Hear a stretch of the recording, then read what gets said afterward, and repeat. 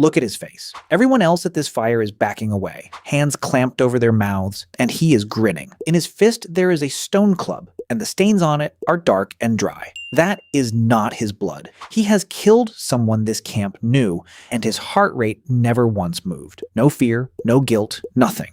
Now picture the rest of them. 30 people, one fire, no police, no jail, no word for law, and a man among them who hurts people and cannot be shamed into stopping. There is a psychopath in the village. What did ancient humans actually do with him? Start with what he is, because the word gets thrown around and most of it is wrong. A psychopath is not a killer by definition. He is a person born with 2 dials set wrong. The fear dial sits near 0, so threats that would freeze you barely register in him. And the guilt dial is missing, so other people never become fully real. They are tools, warm, useful, and disposable.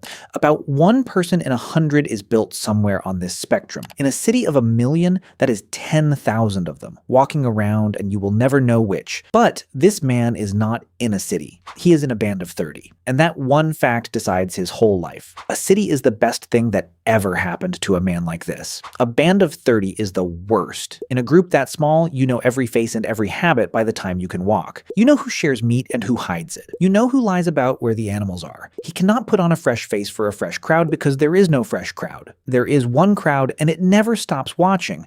It remembers the time he lied about the water. It remembers whose child went hungry so his did not. Charm is his sharpest weapon, and in a small camp it has a shelf life of about a week. He talks his way out of the first theft, maybe the second. By the third, 30 people have compared notes at the same fire, and the story stops holding together. This is why the smooth manipulator is really a creature of scale. He runs on a steady supply of strangers who have not met him yet. The band hands him none, so the group has a decision to make. They have been making it in every corner of the world since long before anyone wrote a word down, and the first move is never the club. Before we go further, one honest thing. We cannot dig a psychopath out of the ground. Bones do not record whether a man felt guilt. So how could we possibly know what a band did about him 30,000 years ago? We do not read it in the dirt. We read it in the few dozen societies that still lived that old way into modern times, watched by people who were there, and the pattern is almost eerily the same wherever you look. Anthropologist Christopher Boehm went through those societies one by one, hunting for how a group of equals handles the one who tries to rise above them. He found a ladder and every band climbs it in the same order. The first rung is talk, not to his face, behind his back,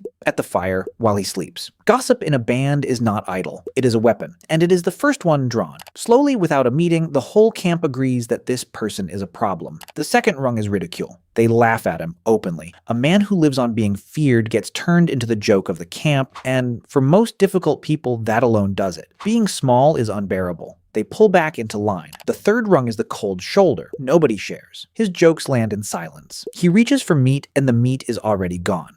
In a place where you live on other people handing you things, being unhandled is a slow death sentence with the volume turned down. And this is exactly where the psychopath breaks the whole system. The ladder runs on shame. Every rung assumes the target feels the sting and corrects course. He does not feel the sting. You cannot embarrass a man born without the part that gets embarrassed. So the band climbs all the way to the top rung and finds him still standing there, still grinning, still holding the club. So there is a last rung, and Boehm found it in society after society. When talk and shame and the cold shoulder all fail, the group kills him. And the psychopath is the one who forces them to that rung, because the ones below it need a conscience to work, and he has none. Here is the part that stays with me. It is not done in a rage. It is calm and collective and planned. Among the Jew/Huanzi of the Kalahari, one man had already killed 2 people. The camp held no trial. They simply waited, and one day the whole group moved on him together. Then they did something that tells you they had thought this through for generations. After he was dead, other people stepped up and drove their own spears into the body. People who had not struck the killing blow. Men and women both. Why stab a corpse? Because if one man kills the killer, then that man is now a killer. The dead have family, and that family is owed a death in return. A feud begins, and a feud can end a whole band. But if everyone puts a blade in, then no single person did it. The camp did it. There is nobody left to take revenge on. The village removes the threat and pays no price for it. Sit with that for a second. People with no writing, no court, no word for justice invented shared responsibility. The same trick a firing squad uses when one rifle holds a blank, so no man knows he fired the fatal shot. They worked it out around a fire, so they killed them. For tens of thousands of years, across every continent, whenever one appeared and would not stop, the band quietly removed him. Which raises a question that should be nagging at you by now. If every human group on Earth was doing this for that long, why is 1 in 100 of us still born this way? The answer is the coldest piece of arithmetic in the whole story, and it is why the killing never finished the job. Being a psychopath is not a defect. It is a strategy. It is the cheat's strategy. In a world full of people who share, keep their word, and trust each other, one person who does none of that does spectacularly well. He takes and never repays. Every honest person around him is a resource to be spent. Picture 99 people at a fire all sharing one kill and one man in the circle taking from everyone and giving nothing back. That is a fantastic life, right up until a second man tries it too. Because run it forward. If cheating pays, more cheats appear, and the more cheats there are, the fewer honest people are left to rob. When the whole camp lies, lying stops working. Two cheats just rob each other and starve. The strategy eats itself the moment it becomes common, so it settles. It settles at a small number, rare enough that there are always trusting people to prey on, never common enough to collapse. The band's executions did not fail to wipe it out. The executions were the pressure holding it down there.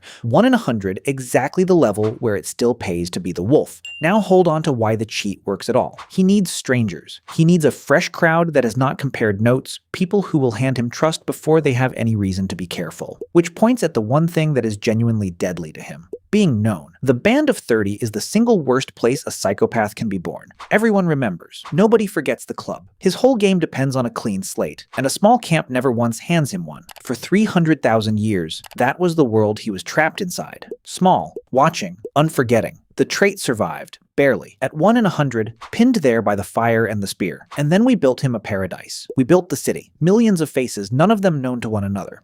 We built the thing where you can change towns and change jobs. You can walk into a fresh room full of people who have never heard your name and never will. We handed the cheat an endless supply of strangers. The one condition that kept him rare and hunted being known, we simply switched off. And I keep going back and forth on whether the next part is the bleakest thing I know or the most reassuring, because we did not just give him cover. We started rewarding the wiring. A researcher named Kevin Dutton went looking for where psychopathic traits cluster in the modern world. Not in prisons, in careers. The fear dial at 0, the missing guilt, the cool head while everyone else panics, the charm that opens any door. He found them stacked up at the top. In the chief executive, the surgeon, the lawyer who runs the room. The corner office, not the cell. Think about what that means. The exact wiring that got a man clubbed at a fire and stabbed by his whole village now reads on a resume as leadership. We print words like decisive and fearless on the job advert, and we mean them as compliments. So go back to him. The grin, the club, the dark stains, and 30 people backing away because every one of them could see precisely what he was. That clarity was the entire defense. They looked at him, and they knew. He is still here. 1 in 100, the same as ever. The club is gone, and the blood does not show. And the village that used to see him coming has built a world where nobody can.